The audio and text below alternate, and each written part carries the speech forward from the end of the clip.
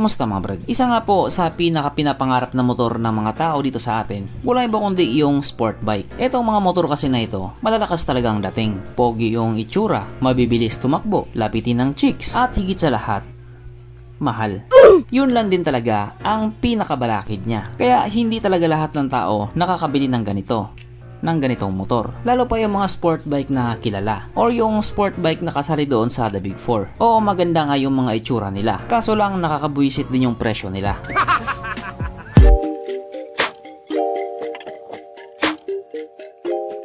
Pero syempre bago tayo magpatuloy, kung bago ka pa lamang napadpad dito sa aking walang kwentang channel, huwag ka nang mag-subscribe.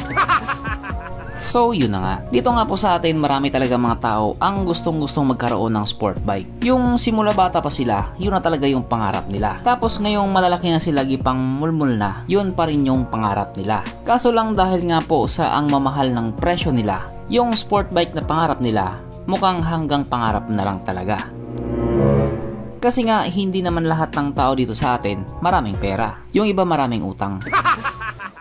Pero sa ngayon nga po, may choice na sila or may choice na kayo. Sapagkat meron nga po mga sport bike ngayon na bago na tatapat doon sa mga leading brand pero hindi ganun kamahal. Pero mahal pa din. At isa na nga po itong sport bike na ito, ang Cove 450RR na nilabas na nga po ni Bristol. Itong motor nga po na ito or itong sport bike nga po na ito, iba siya doon sa iba. Kasi nga po ang ganda ng pagkakabuild sa kanya. At hindi na rin po natin may pagkakaila na talagang pogi din yung datingan niya or pogi yung itsura niya. Unlike doon sa mga sport bike na made in China na buraghal kayo sa tawag sa Tagalog. Basta, kung ikukumpara doon sa ibang made in China, mas pogi ang isang to. At hindi nga lang po basta itsura.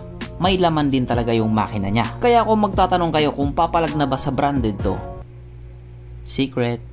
Gunggong! Kaya dahil dyan, pag-usapan na naman natin kung ano ka ba meron sa motor na ito at kung gaano nga ba talaga siya kaganda. So ito nga po ang Bristol Cove 450RR na merong 442.9 cubic centimeter engine displacement, 4-stroke, 4-cylinder. Yes po, tama po ang inyong pagkakarinig. Inline 4 po siya. Dual overhead cam with 16 valves. Fuel injected at syempre ito po ay naka-liquid cooled. Kaya hindi po siya panis sa Honda Click 125. Ang kanyang operation ratio 12.9:1. Pagdating naman po sa kanyang power, ito po ay merong 69.7 horsepower, 13,000 RPM, 39 Nm torque at 10,500 RPM. Na ayon nga po sa mga tao nakagamit sa motor na ito daw po ay kayang tumakbo sa bilis ng 220 km/h. Pero dahil nandito na nga siya sa Pilipinas, panigurado aabot ng 300 kph yan. Aba syempre, ibang usapan na kapag Pinoy na nakasampa.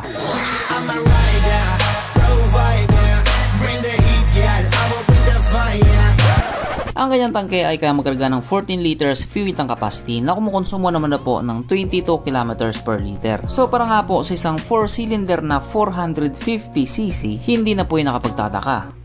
Para sa akin nga, mas matipid pa yun. Ang sukat na niya gulong 120/70/17 sa harap at 160/60/70 naman sa likuran. So sa lapad nga po ng gulong niya, masasabi natin na pang bangkingan talaga siya or pang track bike talaga siya. Ito yung mga motor na gusto ng mga tao mahilig umakyat sa marilaki. Bengking para sumayad yung tuhod. Kaso lang yung iba, bengking sumayad yung utak. Pagdating naman po sa kanyang braking system, ito po ay naka-disc brake sa harap at disc brake din po sa likuran. Syempre katulad ng inaasahan, parehas po itong may ABS. Yes po, naka-dual channel ABS. At hindi lang yan, meron din po itong TCS or Traction Control System. Syempre matik talaga yon pagdating na sa ganitong klaseng mga motor. At alam nyo din naman kung paano gumana yon or ano yung function niya. Ang kanyang seat height ay mitaas sa 780mm at 140mm naman ang kanyang ground clearance. At ito nga din po ang isa sa mga pinaka nakakamangha sa kanya. Sapagkat ang motor nga po na ito ay tumitimbang lamang ng 165 kilograms. So kung ikukumpara nga po natin doon sa ZX4RR na tumitimbang ng 188 kilograms, mas magaan talaga ang isang to. Kaya pagdating sa mga cornering, maning-mani na lang siya. Mapunta naman po tayo sa iba pa niya mga features. So ang mga ilaw nga po sa motor na ito, naka full LED na po. At speaking of headlight nga po niya, kung mapapansin natin, para siyang may pagka Ducati na may pagka Honda na Fireblade. Ang ibig ko lang sabihin doon, pogi talaga siya. Ang kanyang gauge panel dito po ay naka TFT display na common na nga lang po pagdating sa mga made in China na motor. At kung mapapansin nyo nga yung tambucho niya, ganyan po ang itsura. Naka underbelly exhaust na siya, kaya malinis na lang na tingnan yung gilid niya. At dito nga din po sa harap, kung mapapansin nyo, meron po siyang parang pakpak or yung winglet. Yan nga po yung nagpapabilis sa kanya. Kapag meron kasi yung motor mo na ganyan, dagdag 20 horsepower kasi yan. Hindi, wow.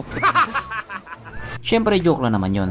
Yung ganyan, dagdag forma yan. Tapos nagpapaganda din yan sa aerodynamics para mas maayos yung daloy ng hangin. Pero dito, may hangin man o wala, maayos talaga ang daloy nito. Sapagkat nandito na nga po tayo sa exciting na part, ang kanyang mga suspension. So sa harapang bahagi nga po, ito ay ginamitan ng upside down fork. At sa likod naman, ito po ay gumagamit ng monoshock na ayon nga po sa mga taong nakagamit sa motor na ito, maganda ang bounce.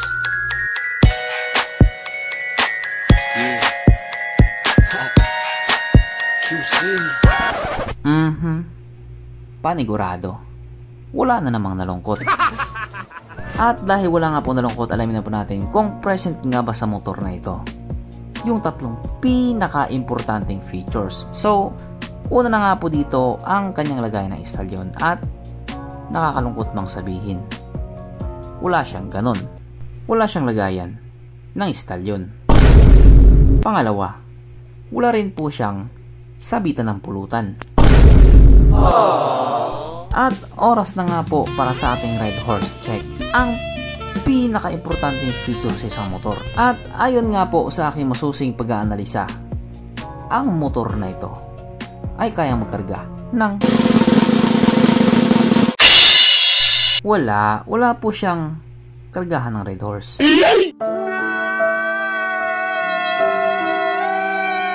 So therefore ang motor na ito, ayoko na lang mag-talk. At regarding nga po sa presyo niya, ito nga po nagkakalaga ng 358,000 pesos. Nadihamak nga po na mas mura kung ikukumpara doon sa CX-4RR na halos nasa kalahating milyon.